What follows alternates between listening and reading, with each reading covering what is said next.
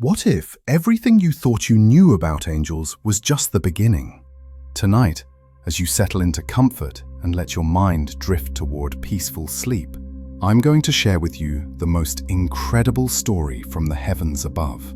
A story so powerful that it changed a young man's life forever, and might just change yours too. Picture this. There are beings in heaven so holy, so magnificent, that they must cover their own faces when they come near God. These aren't your typical angels with fluffy white wings and golden halos. No, these are creatures of living fire, with 6 wings each, whose voices are so powerful they can literally shake the foundations of heaven itself. They're called the Seraphim, the burning ones, and their story is unlike anything you've ever heard. But here's what's truly fascinating. Most people have never heard their complete story. They know about guardian angels, they've heard of Michael and Gabriel, but the Seraphim, they remain one of heaven's best-kept secrets. Until tonight. Before we dive deeper into this incredible journey, if you're finding this content helpful for relaxation and sleep, go ahead and hit that subscribe button. It really helps us create more content like this. And I'm curious, where in the world are you listening from tonight? Drop a comment and let us know what time it is where you are. Now, let me ask you something that might surprise you. Have you ever wondered why some encounters with the divine are so overwhelming that people literally fall to the ground? Why do these experiences often involve fire, burning, and intense light? What is it about the presence of perfect holiness that affects humans so dramatically? The Seraphim hold the answers to these questions. These mysterious beings stand closer to God's throne than any other created creature. They exist in a realm where divine fire isn't destructive, it's creative, purifying, and life-giving. Imagine flames that don't burn you, but instead burn away everything that holds you back from becoming who you were meant to be. But here's where it gets really interesting. The Seraphim don't just worship God with words. Their entire existence is worship. Every breath they take, every movement of the transformative power they carry, is available to touch your life too. Not in some mystical, unreachable way, but in very real, very practical ways that can change how you see yourself, your purpose, and your relationship with the divine. The young prophet Isaiah discovered this firsthand. His encounter with the Seraphim didn't just give him a vision to remember, it gave him a mission to fulfill, a purpose to live, and a fire in his soul that burned for the rest of his life. But here's what most people don't realize about Isaiah's story. He wasn't special because he was chosen for this vision. He was chosen for this vision because of how he responded to it. The Seraphim don't just appear to passive observers. They come to those who are ready to be transformed. And that brings us to tonight's most important question. Are you ready for transformation? Are you open to encountering something so pure, so holy, so life-changing, that you might never be the same again? As we journey together through this story, you'll discover not just who the Seraphim are, but why their existence matters for your life today. You'll learn about the mysterious fire they carry, and how that same fire can purify and empower your own heart. You'll understand their incredible song, and how you can add your voice to their eternal chorus. But most importantly, you'll discover that the God they worship with such passion and intensity is the same God who knows your name, who sees your struggles, and who wants to encounter you with the same transformative love that has captivated the Seraphim for all eternity. So, get comfortable. Close your eyes if you'd like, and let me take you on a journey to the throne room of heaven, where fire and song and perfect worship create an atmosphere so incredible that one glimpse of it changed the course of human history. Coming up next, We'll step into Isaiah's sandals and experience his life-changing vision firsthand. You'll feel the temple shake, see the mysterious beings with 6 wings, and witness the moment when divine fire literally touched human lips and changed everything. But first, let me leave you with this thought. What if the most powerful beings in heaven? Jerusalem was the most sacred place in the known world. It's where heaven and earth were supposed to meet, where the presence of God was said to dwell between the golden cherubim on the Ark of the Covenant. Isaiah had been there many times before, but this day would be different. This day, heaven was about to break through. Can you imagine Isaiah's thoughts as he entered that sacred space? Maybe he was worried about the future of his nation. Maybe he was struggling with his own sense of purpose. Maybe he just needed to feel connected to something bigger than himself. Here's what I find fascinating. God didn't wait for Isaiah to have perfect faith or complete understanding. He met Isaiah right where he was, in his uncertainty, in his questions, in his very human need for direction. And then it happened. Suddenly, the veil between the physical and spiritual worlds tore open like a curtain being pulled back. The temple began to fill with smoke, not the choking smoke of earthly fire, but something entirely different. This smoke carried weight, presence, holiness itself made visible. Isaiah looked up, and what he saw defied every category his mind had for understanding reality. A throne. Massive, glorious, elevated above everything else. And on that throne sat someone so magnificent, so blindingly glorious, that Isaiah couldn't even describe him. The light was too bright, the majesty too overwhelming, the holiness too intense for human words to capture. But surrounding the throne, Isaiah could see clearly, and what he saw changed everything he thought he knew about the spiritual realm. 6 winged beings hovered around the throne in perfect formation. They weren't standing on the ground like earthly creatures. They weren't sitting like humans at rest. They existed in that space between earth and sky, moving with a grace that made the most beautiful dance look clumsy by comparison. These were the Seraphim, the burning ones. Each creature had 6 wings, but here's what's incredible. They used only 2 for flying. 2 wings covered their faces, even though they were perfect beings without sin or shame. Why? Because even they recognized that some beauty is too intense to look upon directly. Their voices created a sound that had never been heard on earth. It started low, like distant thunder building on the horizon. Then it grew, swelling and expanding until it filled every corner of the infinite throne room. Holy, holy, holy is the Lord of hosts, they sang. The whole earth is full of his glory. Now, here's something most people miss about this song. They didn't sing holy just once for emphasis, or twice for repetition. They sang it 3 times. And in Hebrew culture, that meant something profound. It meant absolute perfection, complete transcendence, ultimate otherness. But the power of their worship did more than create beautiful music. The temple literally began to shake. The massive stone foundations trembled. The doorposts moved back and forth like trees in a windstorm. This wasn't an earthquake. This was the power of pure worship, vibrating through the very fabric of reality. And in that moment, Isaiah understood something that changed his life forever. He was witnessing the heartbeat of the universe.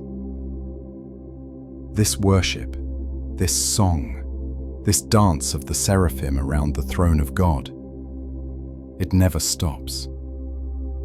It's been happening since before time began, and it will continue after the last star burns out. But then came the moment that nearly destroyed him. In the blazing light of perfect holiness, surrounded by the worship of perfect beings, Isaiah suddenly saw himself clearly for the first time. And what he saw terrified him. "Woe is me!" he cried out, the words tearing from his throat like a confession that could no longer be contained. "I am ruined! I am a man of unclean lips, and I live among a people of unclean lips. My eyes have seen the King, the Lord of hosts." This wasn't false humility or religious performance. This was the natural response of anything finite encountering the infinite. Anything imperfect touching perfect purity. Isaiah saw the gap between who he was and who God is. Isn't just a pretty name. It's a description that tells us everything we need to know about these incredible beings. In Hebrew, Seraph means to burn, but not the destructive burning of a wildfire that leaves everything in ashes. This is the purifying burn of a refiner's fire, the kind of heat that melts precious metals so the impurities can be removed, leaving behind only what is pure and valuable. Think about that. These beings aren't called the powerful ones, or the wise ones, or even the holy ones. They're called the burning ones. Their very identity is tied to fire, to transformation, to the process of purification. But here's where it gets really interesting. They're not burned by the fire, they are the fire. They don't carry flames like torches, they exist as living flames. Their essence, their being, their very life force is fire made conscious.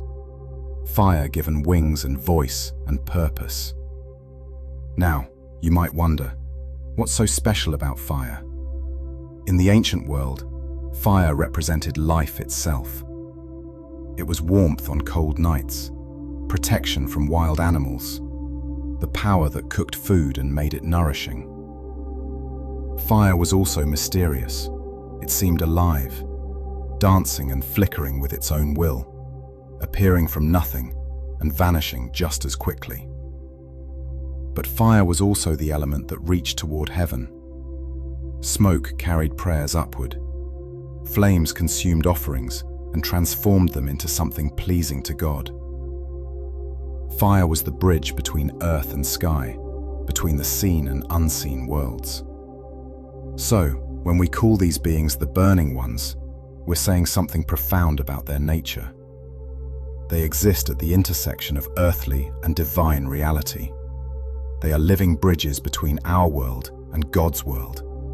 Creatures who can touch both realms without being consumed by either. But here's what makes the Seraphim unique among all heavenly beings. Their fire doesn't just purify, it creates. Their flames don't just burn away the bad, they kindle the good. They don't just destroy what shouldn't exist, they empower what should exist. Think about Isaiah's experience. When that coal touched his lips, it didn't silence his voice.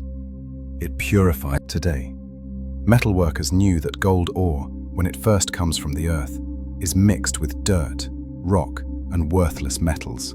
The raw material has incredible value, but that value is hidden and compromised by impurities. Only intense heat can separate the precious from the worthless. The refiner builds his fire hot enough to melt the gold, but not so hot as to vaporize it. As the ore melts, the impurities rise to the surface where they can be carefully removed. The process continues until the refiner can see his own reflection in the molten gold. Only then is the purification complete. This is exactly what the Seraphim offer to every human heart. Their fire melts away everything that obscures the image of God within us. Pride, selfishness, fear, and bitterness rise to the surface, where divine grace can gently remove them. The process continues until God can see his own reflection in our purified hearts. But here's the part that might surprise you. The Seraphim don't force this process on anyone. They don't go around burning people whether they want it or not. Their fire only transforms those who are willing to be transformed. Those who, like Isaiah, recognize their need for purification and welcome the process. And here's something even more amazing. Once you've been touched by Seraphim fire, you begin to carry a spark of it within yourself. Not with the same intensity as these perfect beings, but with the same essential nature. You become a carrier of transforming fire, someone who can help kindle purification and healing in others. This is why Isaiah's ministry was so powerful. The same fire that burned in the Seraphim now burned in his heart. When he spoke, his words carried the power to burn away false comfort and kindle hope for real change. When he prophesied, his message carried the heat that could melt hardened hearts and reshape them into something beautiful. But let me ask you this. If you knew that divine fire was available to touch your life, to burn away everything that holds you back and empower everything that moves you forward, would you want it? If you understood that the same power that burns in the Seraphim could burn in your heart, would you be willing? Show some love by hitting that like button. It helps others discover these incredible truths too. 6 wings. That's what Isaiah saw, and that detail matters more than you might think. Most angels in biblical accounts have 2 wings, enough for flight, enough for mobility. But the Seraphim have 6, and the way they use these wings reveals something profound about the nature of true worship and authentic relationship with the divine. Let's start with the first pair, 2 wings that cover their faces. Now, think about this carefully. These are beings of absolute purity. They have no sin, no shame, no guilt, no reason to hide from anyone. They are perfect creatures in perfect relationship with perfect holiness, and yet they choose to cover their faces in God's presence. Why? Because even perfect beings recognize that some beauty is too intense to be casually observed. Some glory is too magnificent to be looked upon directly. Some majesty is so overwhelming that even perfect creatures approach it with humility and awe. This isn't about fear, it's about reverence. It's not about unworthiness. It's about recognizing infinite worth in another. The Seraphim cover their faces not because they are inadequate, but because they understand that God is beyond adequate, beyond perfect, beyond any category their minds can fully comprehend. Here's what this teaches us. True worship begins with recognition of mystery. It starts with acknowledging that God is bigger than our understanding, greater than our expectations, more wonderful than our wildest imagination. But here's where it gets personally challenging. In our culture, we want to figure everything out. We want to analyze, categorize, and control our understanding of the divine. We're uncomfortable with mystery. We'd rather have a God we can fully understand than a God who exceeds our understanding. The Seraphim teach us a different way. They show us that the most profound worship comes not from complete understanding, but from humble recognition that we are in the presence of someone infinitely greater than ourselves. The second pair of wings covers their feet. In ancient Middle Eastern culture, feet represented connection of our Creator. The third pair of wings, these are for flight. But this isn't the labored flight of earthly creatures struggling against gravity. This is effortless movement, graceful dancing, joyful celebration through motion. The Seraphim don't just fly, they dance. They don't just move, they celebrate. Every turn, every swoop, Every graceful arc through the throne room becomes an offering of praise. Their movement is worship itself. They transform their very existence into a continuous act of adoration, turning every moment into an opportunity for praise. And here's something beautiful. They fly in formation, in harmony with each other. There's no competition among the seraphim, no jealousy or rivalry. They move together like a perfectly choreographed dance troupe, each one enhancing the beauty of the other's worship. Now, imagine what this looks like. Picture these magnificent beings, wreathed in holy fire, their faces covered in humility, their feet covered in modesty, using their final pair of wings to dance through the smoky atmosphere of the throne room. Every movement perfectly timed, every gesture full of meaning, every flight pattern an act of worship. They create living art with their motion. They paint pictures of praise with their flight. They write poetry with their wings, telling the story of perfect love responding to perfect love. But here's what makes this even more incredible. They never get tired. They never run out of inspiration. They never become bored with their worship or mechanical in their praise. Every moment brings fresh revelation of divine beauty, and every revelation demands new expressions of worship. Their fire burns brighter with each movement. Their light pulses in harmony with their flight. They are both the dancers and the dance, the worshippers and the worship itself. Now, let me ask you something personal. When was the last time your worship felt like dancing? When did you last approach God with such joy and celebration that your entire being became an expression of praise? Of His glory. These words have echoed through the throne room of heaven since before the first star was lit.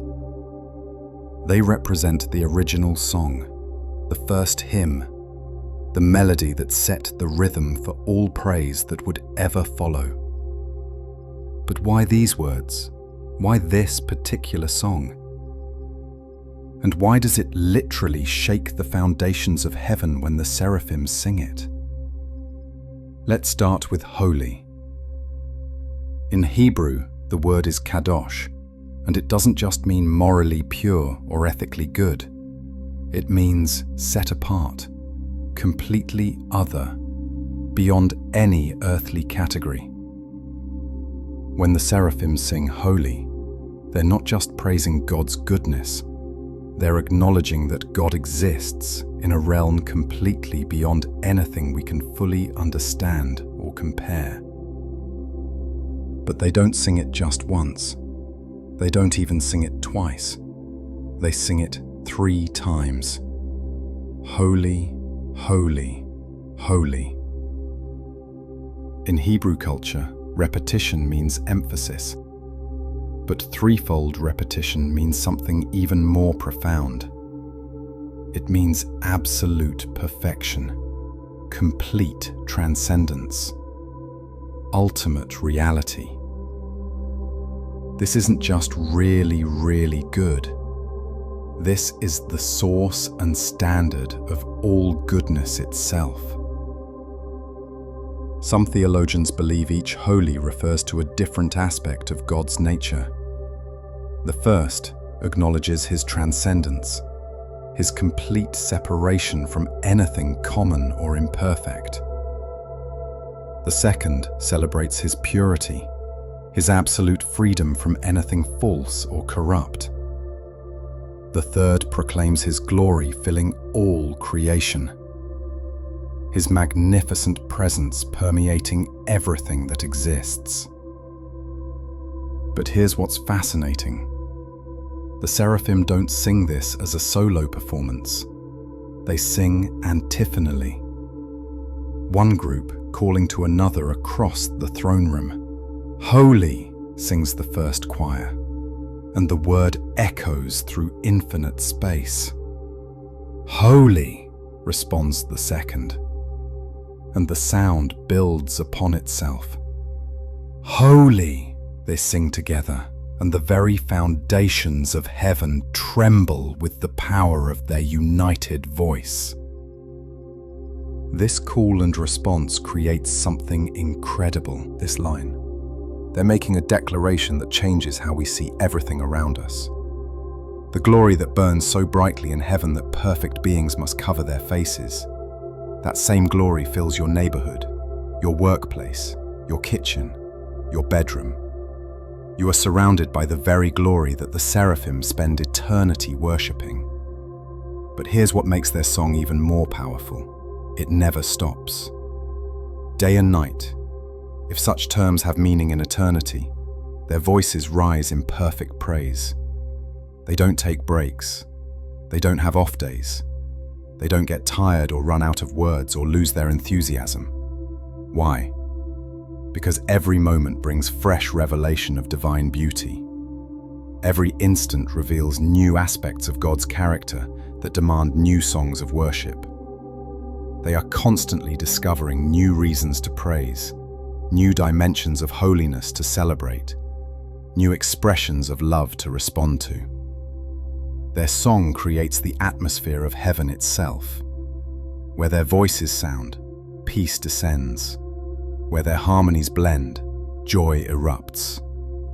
Where their worship rises, the very air becomes thick with the presence of divine love. Now, here's something that might blow your mind. This song didn't stay in heaven. Isaiah heard it and remembered it.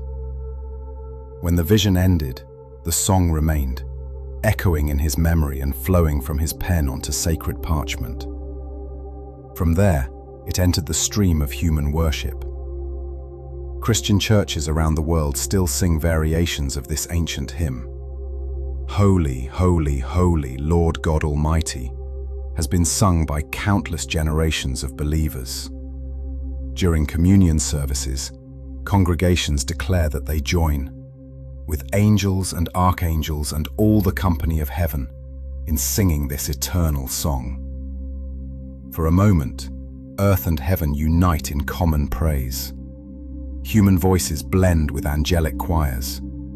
The song that shakes heaven is sung in humble churches and great cathedrals alike. Jewish synagogues preserved this song as well. In the Kedusha, congregations rise to sing along with the angels, recognizing their place in the cosmic choir that praises the Holy One of Israel. But here's the most incredible part. When you sing this song, when you declare authentic praise, how would that change the way you approach God? Coming up next, we'll explore the moment when seraphim fire touched human flesh, and why that encounter holds the key to understanding how divine power can transform your own life today. But first, why don't you take a moment to add your voice to that eternal song? Even if it's just a whisper, even if it's just in your heart, sing holy and know that you're joining a chorus that spans heaven and earth. Don't forget to subscribe if this content is helping you see worship in a new light. And let us know in the comments, have you ever experienced a moment of worship that felt like it connected you to something eternal? The coal was alive. That's the only way to describe what Isaiah saw when the seraph approached him. This wasn't a piece of charcoal from an earthly fire. This coal burned with the same flame that comprised the seraph's very being. Living fire, conscious fire, fire that chose to purify rather than destroy. Using tongs, the seraph lifted the coal from the altar. Even beings made of fire handled this sacred flame with reverence and care. This coal represented something precious beyond measure. Not punishment, but preparation. Not ending, but beginning. And then, the unthinkable happened. The burning coal touched Isaiah's lips. Think about that for a moment.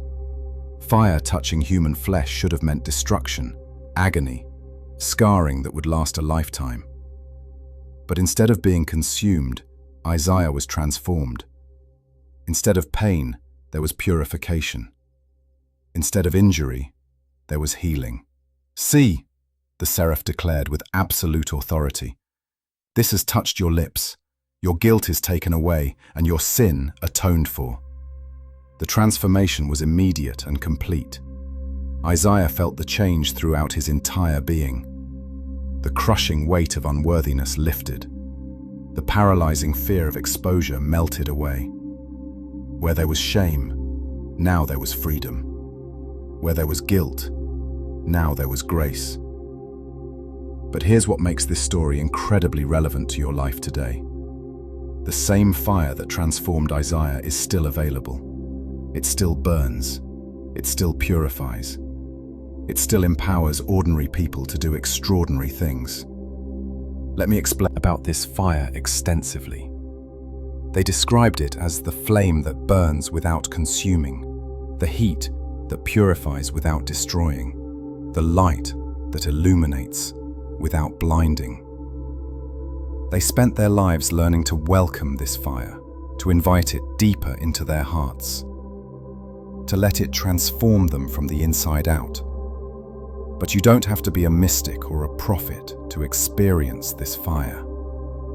You don't need a dramatic vision in a temple. The same purifying flame that touched Isaiah's lips can touch your life in ways that are both gentle and profound. Here's how it works. First, like Isaiah, you have to be willing to see yourself honestly. In the blazing light of perfect love, we become aware of the gap between who we are and who we were created to be. This isn't about self-condemnation or toxic shame. It's about honest recognition that we need transformation, that we can't perfect ourselves through willpower alone. Second, you have to be willing to receive purification rather than trying to earn it. Isaiah didn't clean up his act first and then approach God. He encountered God's holiness, recognized his need, and then received the transforming touch. The fire of love does what we cannot do for ourselves. Third, you have to be open to change. The coal didn't just cleanse Isaiah's lips, it prepared them for a new purpose. His mouth, which had just confessed its unworthiness, was now ready to carry divine messages. Purification always leads to purpose. Now, let me ask you something personal. What would you want God's fire to burn away in your life? What fears need to be melted? What guilt needs to be consumed? What shame needs to be transformed into dignity? Maybe it's the fear that you're not good enough, not smart enough, not worthy enough. Maybe it's guilt from past mistakes that keeps replaying in your mind. Maybe it's anger that has hardened your heart, or bitterness that has poisoned your joy. The fire of the Seraphim doesn't just burn. The same fire that burns eternally in the hearts of the Seraphim. The coal that touched Isaiah's lips changed the course of human history. His purified words became prophecies that shaped nations and pointed toward hope. His transformed life became a beacon of divine love that still shines thousands of years later. What might happen if you allowed the same fire to touch your life? What messages might you carry? What transformation might you experience? What impact might you have on the world around you? Coming up, we'll explore how the Seraphim serve as guardians of divine glory, not through force or intimidation, but through their very presence and worship. You'll discover what they're actually protecting and why that matters for your own spiritual journey. But here's something to consider right now. Are you ready to pray a dangerous prayer God, let your fire touch whatever needs transformation in my life. It's dangerous because he just might answer it. But it's also the prayer that opens the door to the same kind of life-changing encounter that Isaiah experienced. The seraphim don't guard in the way we typically think of guarding. They carry no weapons. They build no walls. They don't patrol borders or check credentials at heaven's gates. Instead, they guard through their very presence, their worship, their burning devotion to the one they surround. They are protectors of something far more precious than physical territory. They guard the proper atmosphere for encountering the divine. Think about it this way. Some experiences are too sacred to be approached casually. Some encounters are too profound to be entered into lightly. Some beauty is too intense to be viewed without proper preparation. The seraphim understand this perfectly. Their covered faces acknowledge that even perfect beings approach ultimate reality with humility and awe. They create and maintain the atmosphere of reverence that makes authentic divine encounter possible. But here's what's fascinating. They don't guard by keeping people away. They guard by showing people how to approach properly. Their continuous worship provides the soundtrack for heaven's throne room. Their reverence sets the tone for all other heavenly interactions. Their humility demonstrates the appropriate destroy intruders. It burns to transform seekers. Their song doesn't overwhelm to intimidate enemies. It invites worshippers to join the eternal chorus. Their wings don't create barriers to block access. They demonstrate the proper posture for approaching infinite love. Now, here's where this becomes personally relevant. What if the same protective presence that surrounds God's throne could surround your life? The seraphim teach us that protection isn't primarily about avoiding negative experiences. It's about creating an atmosphere where positive transformation becomes possible. It's about maintaining the conditions where divine love can do its work freely. In practical terms, this means surrounding yourself with influences that kindle rather than quench spiritual fire. It means choosing relationships that encourage worship rather than cynicism. It means creating environments where the sacred can be honored rather than trivialized. But here's the deeper truth.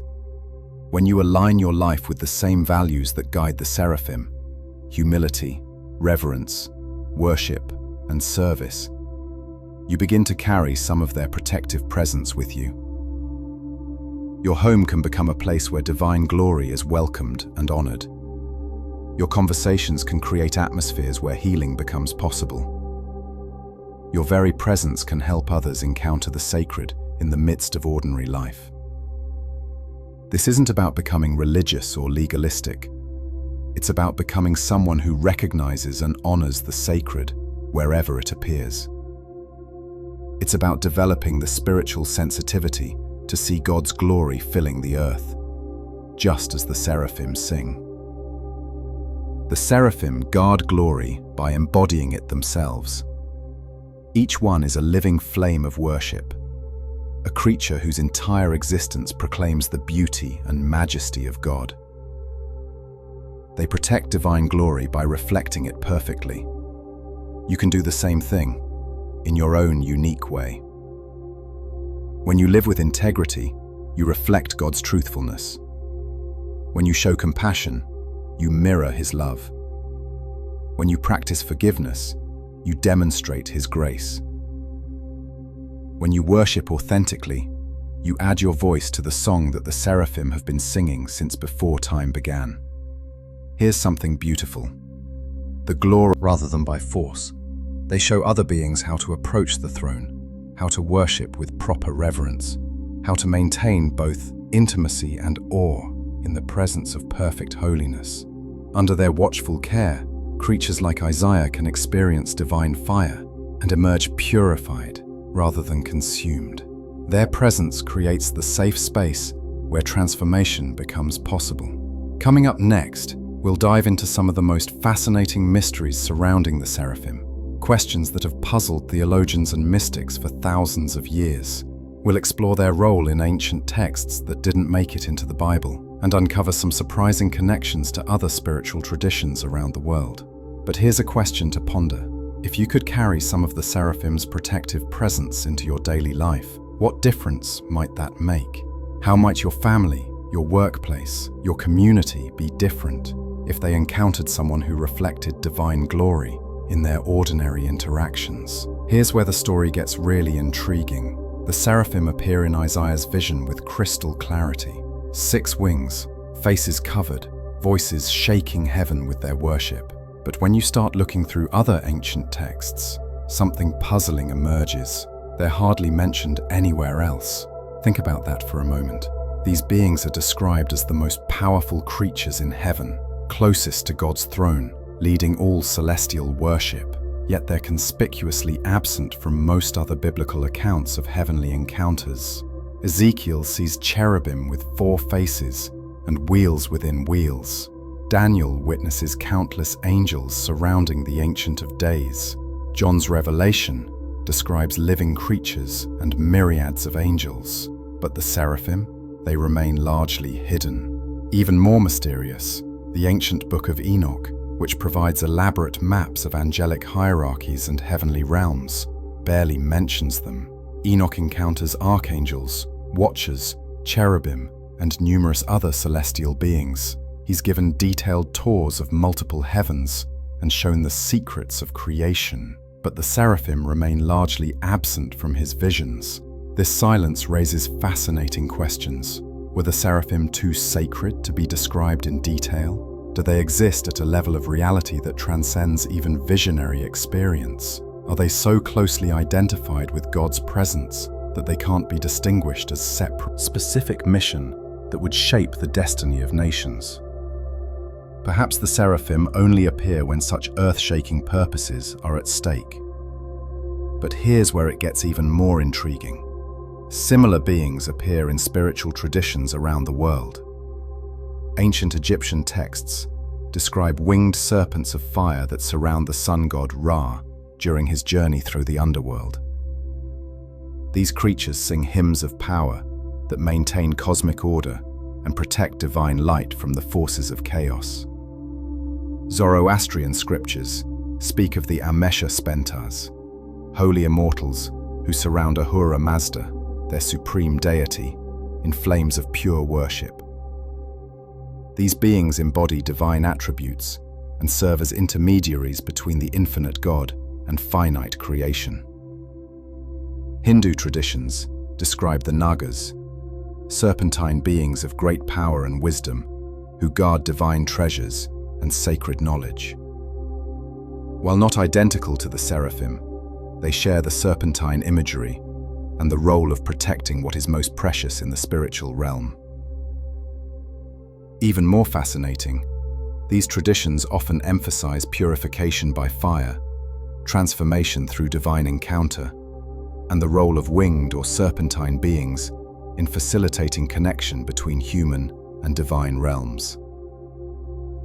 Could these be distant echoes of the same reality that Isaiah witnessed? Are the Seraphim part of a spiritual architecture that transcends any single religious tradition? Now, here's a controversial question that has divided theologians for centuries. If angels were created with free will, and if some angels chose to rebel against God, what about the Seraphim? Could beings so close to divine perfection ever choose corruption? The scriptures remain tantalizingly silent on this specific question. We know about the fall of Satan and his followers, but their original ranks and positions aren't clearly defined. Some traditions suggest that Lucifer himself might have been a seraph before his rebellion, the most beautiful, most powerful, most intimately connected to God's presence, which made his fall all the more tragic. Other scholars argue that the Seraphim's position makes rebellion impossible. They're so immersed in divine love so continuously purified by the fire of God's presence. Between worship and rebellion, how much more do we need to consciously choose our spiritual direction each day? Modern mystics and spiritual seekers report encounters that echo Isaiah's experience. They describe beings of light and fire, overwhelming presence, purification experiences, and transformative encounters with divine love. While these accounts vary in detail, they often share remarkable similarities with the ancient Seraphim vision. Are these contemporary experiences connecting with the same spiritual reality that Isaiah witnessed? Are the Seraphim still active, still purifying, still calling people to transformation and service? Some researchers suggest that what we call Seraphim encounters might represent a particular type of spiritual experience, one characterized by purification, commission, and empowerment for service. Whether interpreted literally or symbolically, these experiences consistently produce profound positive change in people's lives.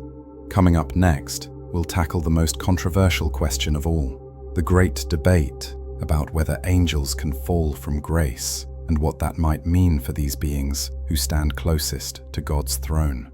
But here's something to consider.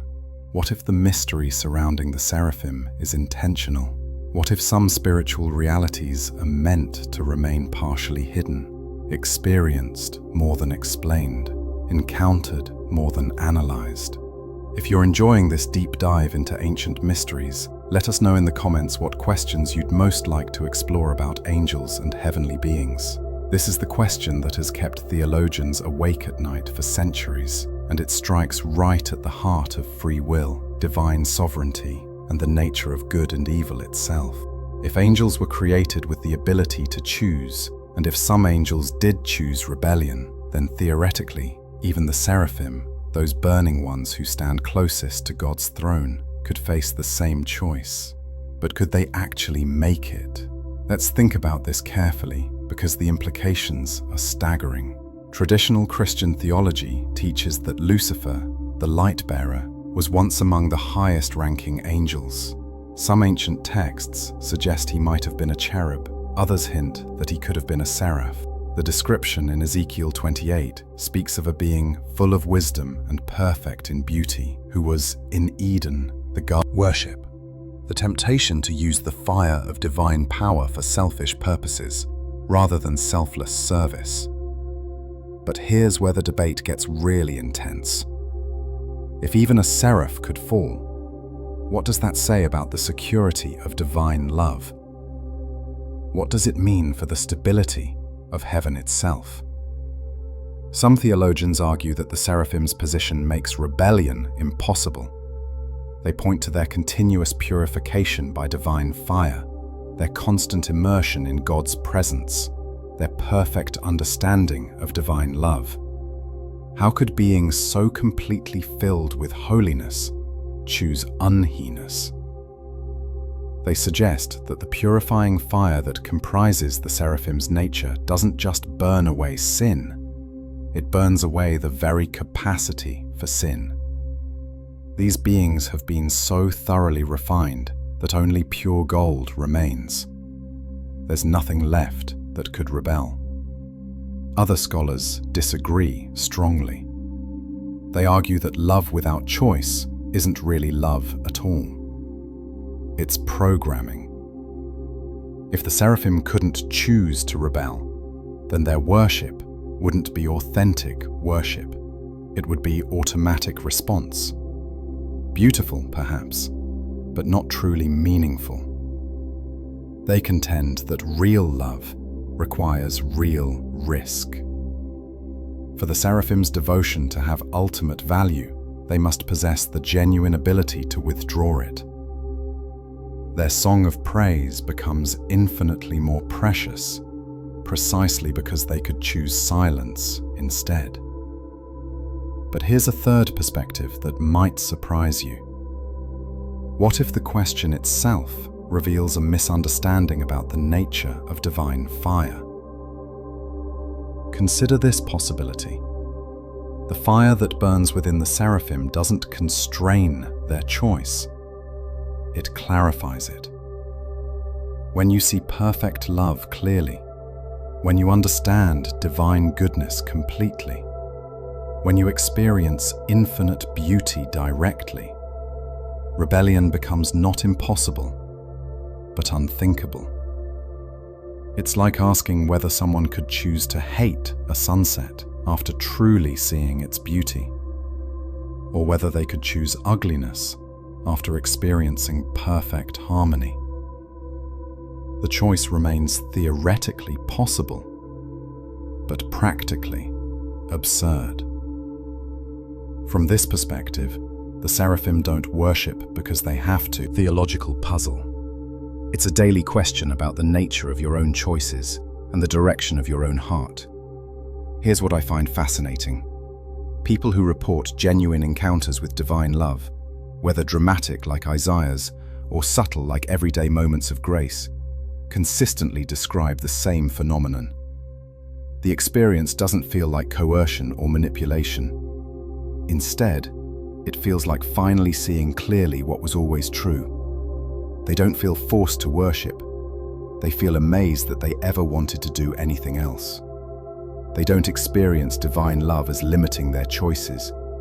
They discover that it reveals which choices actually lead to the fulfillment they were seeking all along.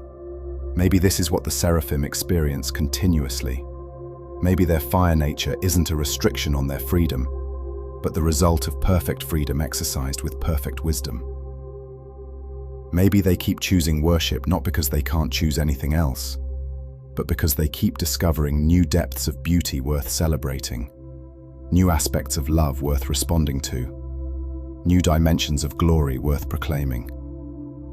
And maybe, just maybe, the same fire that burns within them is available to clarify your own choices, to help you see more clearly what's worth pursuing and what's worth avoiding, to give you the wisdom to choose well, even when choosing wrongly remains possible. The debate about whether angels can fall will probably continue as long as humans wonder about the nature of free will and divine love.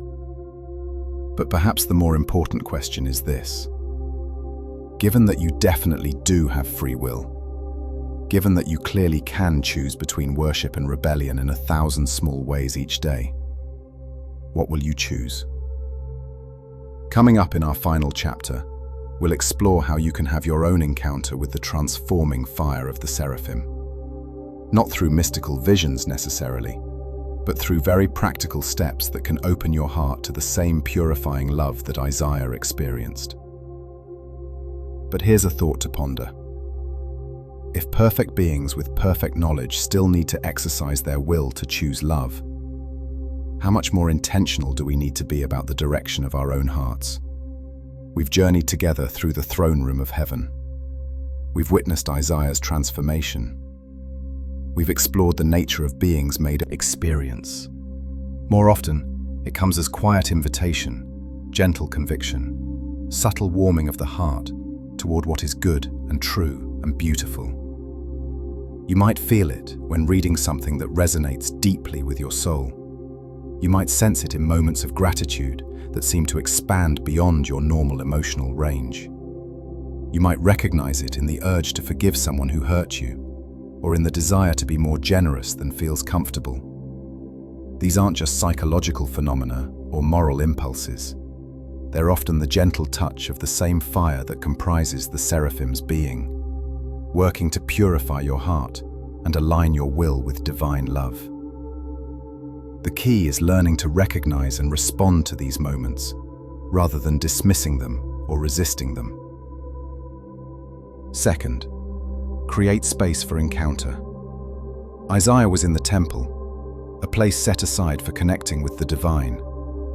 You don't need a physical temple, but you do need intentional time and space for spiritual connection. This might be a few minutes each morning, sitting quietly, listening for the voice of love. It might be time in nature, where the glory that fills the earth becomes more visible. It might be moments of service to others, where divine fire often shows up in the joy of giving. The Seraphim surround themselves with worship, and worship creates an atmosphere where transformation becomes more likely. When you cultivate gratitude, when you acknowledge what's beautiful and good in your life, when you recognize the sources of blessing around you, you're creating conditions similar to what exists in the throne room of heaven. Third, be willing to see yourself honestly. Remember Isaiah's response, "Woe is me, I am ruined." This wasn't self-hatred or toxic shame. It was honest recognition of the gap between his current condition and his potential destiny. Divine fire can only purify what you're willing to acknowledge needs purification. If you approach God believing you're already perfect, there's nothing for transforming love to work with. But if you come with humble recognition that you need growth, healing, and positive change, you create space for divine fire to do its work. This doesn't mean focusing obsessively on your flaws. It means acknowledging them honestly, while trusting that divine love is more comfortable. But it's always ultimately beneficial. The fire burns away what hurts you and empowers what helps you. Fifth, be ready for calling. Isaiah's purification led immediately to commission. "Whom shall I send? Who will go for us?" And Isaiah responded, "Here am I. Send me." When divine fire touches your life, it doesn't just make you feel better about yourself. It prepares you for service, for contributing to the healing and blessing of the world around you. Your calling might be dramatic, like Isaiah's prophetic ministry, or it might be quiet, like being a more loving parent, a more faithful friend, a more compassionate neighbor. The fire of the Seraphim prepares people for all kinds of service, not just religious careers. But here's the beautiful part. Once you've been touched by this fire, you begin to carry a spark of it wherever you go. Your words gain the power to encourage and heal. Your presence creates atmospheres where others can encounter divine love more easily. You become a person through whom the glory that fills the earth becomes more visible to those around you. This isn't about becoming perfect or pretending to be spiritual. It's about becoming authentic, allowing the fire of divine love to burn away whatever isn't truly you, so that your genuine self can shine more clearly. As we close this journey together, let me ask you, are you ready for your own encounter with the fire of the Seraphim? Are you willing to create space for divine love to do its purifying work in your heart? Are you open to joining the eternal song of worship that surrounds the throne of God? The invitation is always open. The coal is still burning. The song is still being sung. The fire that transformed Isaiah, that burns eternally in the hearts of the Seraphim, that holds the very universe together through love, that fire is reaching toward you right now. All you have to do is say yes. Holy, holy, holy. Let it be your song too. If this journey has touched your heart, please hit that like button and subscribe for more content that explores the intersection of ancient wisdom and modern life. And let us know in the comments, what aspect of the Seraphim story resonated most deeply with you? What questions do you still have about these incredible beings of fire and worship? Thank you